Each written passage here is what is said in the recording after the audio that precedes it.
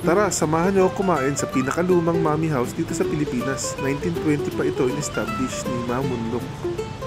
At ito yung beef mommy nila, siopaw, chicken mommy, at siomay. Ayan, ang dami nakapila para umorder ng takeout. Una nating titikman yung siopaw nila. Napakasarap at maraming laman. Meron pa siyang kasamang itlog na maalat. Yung special nga pala to na halagang 110 pesos. Maraming nagrereklamo dito na matagal ang service at totoo naman mabagal sila mga 10 minutes bago kami natanggap ng order.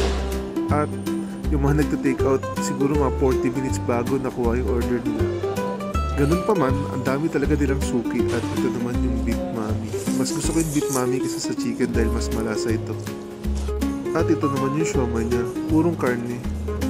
Kung papapiliin ako kung siopaw o siomay, dun ako sa siopaw.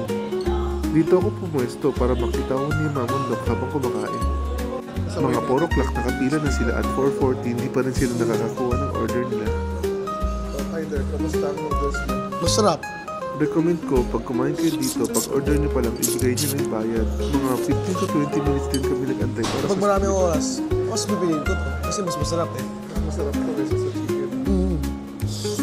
Yan ang kinain mo, diba chicken yan? Chicken mommy. Kasi mas ulit to kasi chicken mommy to. Yung chicken